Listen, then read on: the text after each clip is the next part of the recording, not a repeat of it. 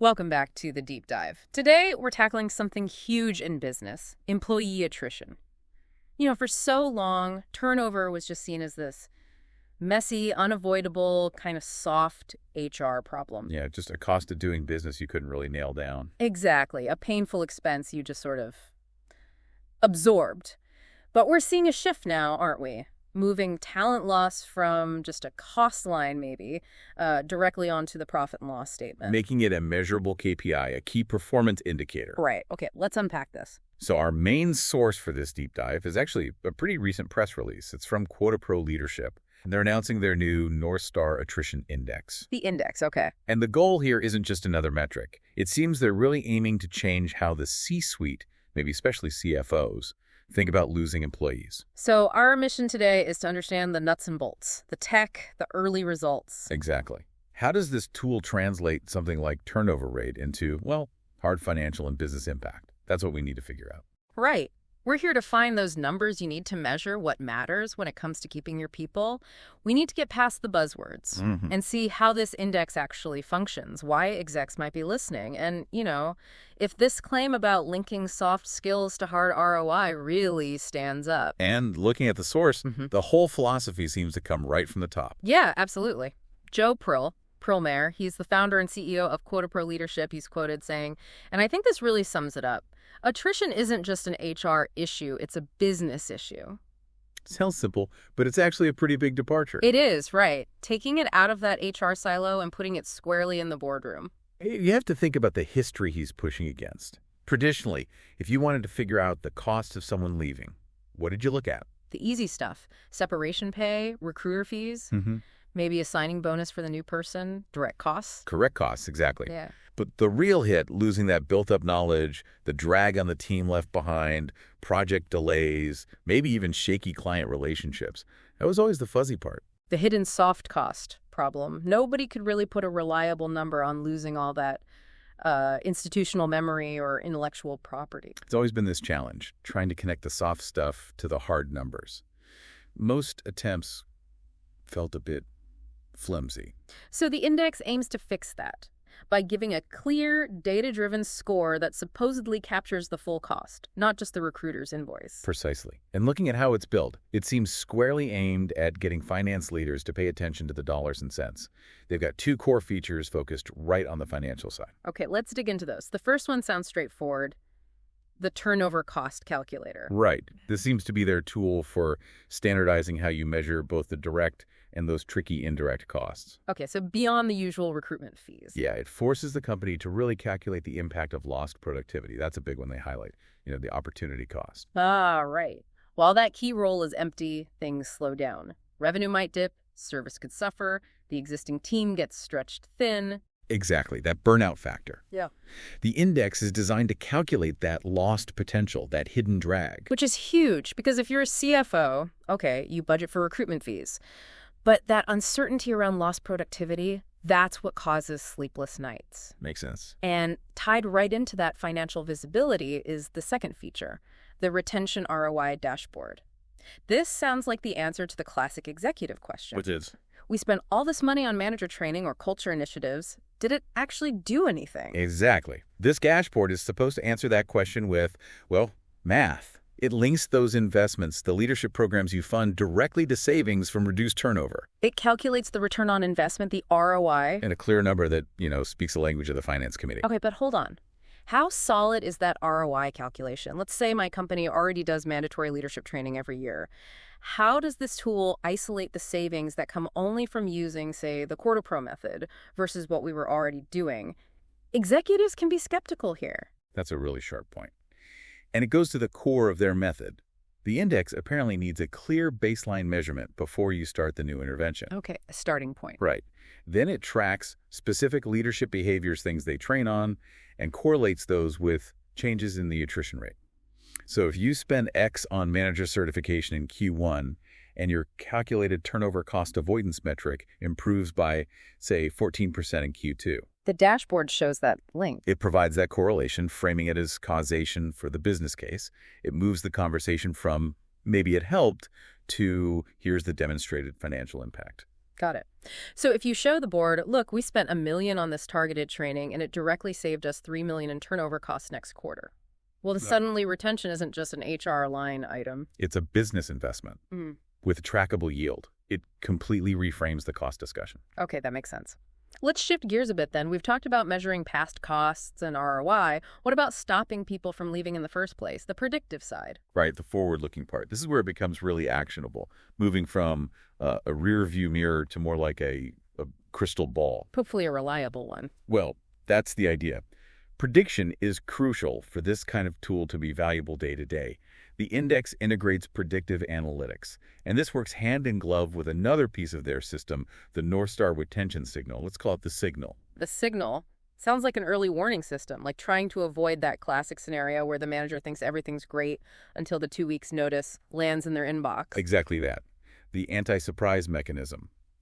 The signal uses various data points, could be engagement surveys, performance trends, crucially, manager activity logs to pinpoint employees or groups who might be high risk. Potential flight risks. Precisely. Flagging them before they're polishing their resumes. For the listener, this is the shortcut. Knowing who might leave so you can actually try to intervene proactively. Makes sense. And QuotaPro isn't just looking internally, right? They also provide context against the industry. That seems important for any executive report. Yes, that's where the custom benchmarks come in. This feature gives you industry-specific comparisons. So if you're in biotech, you're compared against other biotech firms, not, say, retail chains. Right. It avoids that issue where leaders either freak out about normal turnover for their sector or, maybe worse, get complacent when they're actually lagging behind their direct competitors in retention. Okay, so we have the financial measurement, the predictive diagnostics, but another piece mentioned is NorthStar II. What's the AI actually doing here? Is it just like sending generic reminder emails? Because those often fall flat. Good question. No, it seems the AI is designed to be more integrated, like a real-time coach embedded in the manager's workflow. They call them leadership nudges. Nudges, how does that work? So imagine the signal flags a high-potential employee as a flight risk. Maybe they haven't logged into the company training portal recently or their pulse survey scores dipped. The AI sees this. Okay.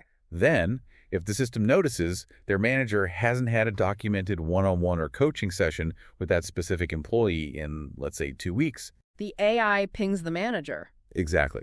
Maybe via Slack or Teams with a prompt like, Oh. just a reminder, Employee X is showing risk indicators.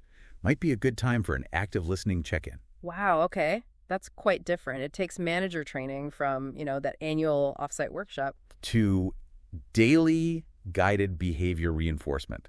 It tries to operationalize those soft skills in the moment. That definitely changes the dynamic. It does. And this idea of operationalizing soft skills, that brings us to maybe the most compelling part of the source material, the actual result from their early pilot programs, the proof points. All right, let's get into the impact. What did the deep dive find? What actually happened when companies started using this index? Well, the numbers they released are pretty attention-grabbing. They definitely provide that aha moment, especially for an executive audience. Pilot organizations apparently saw a 14% reduction in voluntary attrition. 14%? Within how long? Within the first 90 days of putting the system in place. Wow. 14% in 3 months that's significant.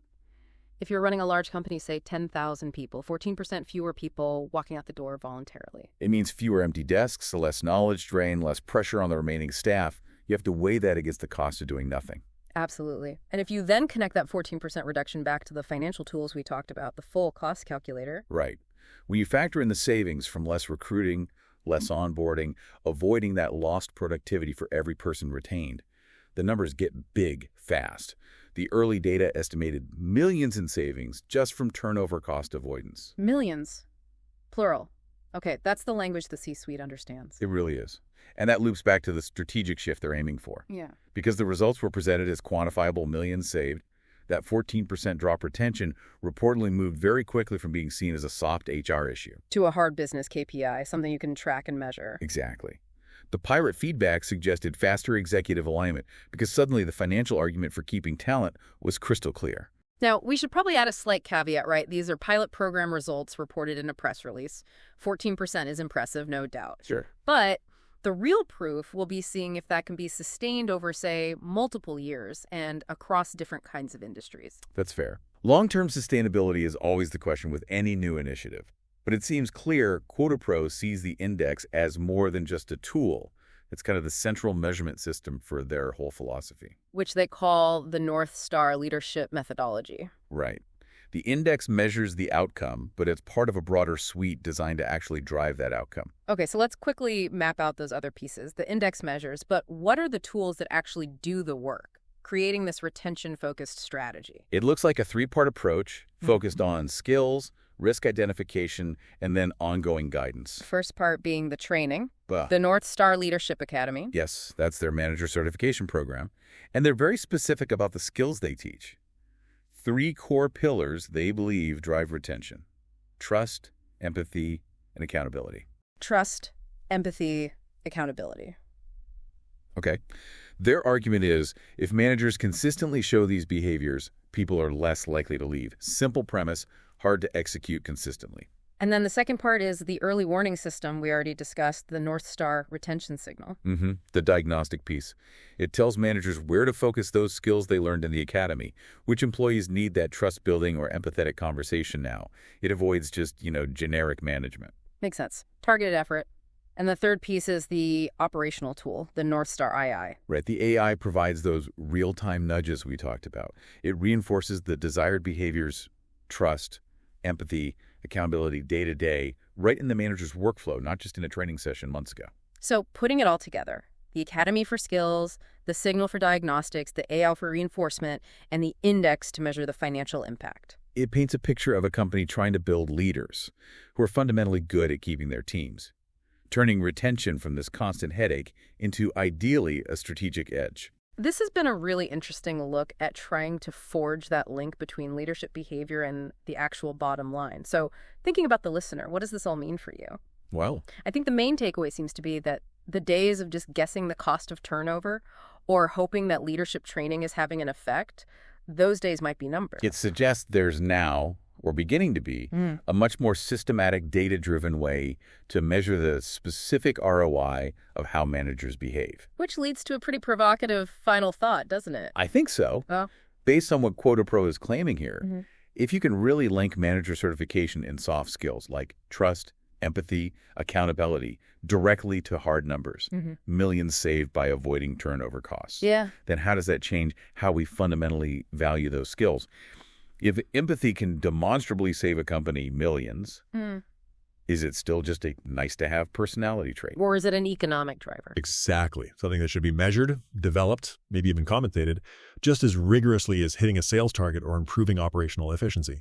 It kind of flips the script on what makes an executive truly valuable in today's economy.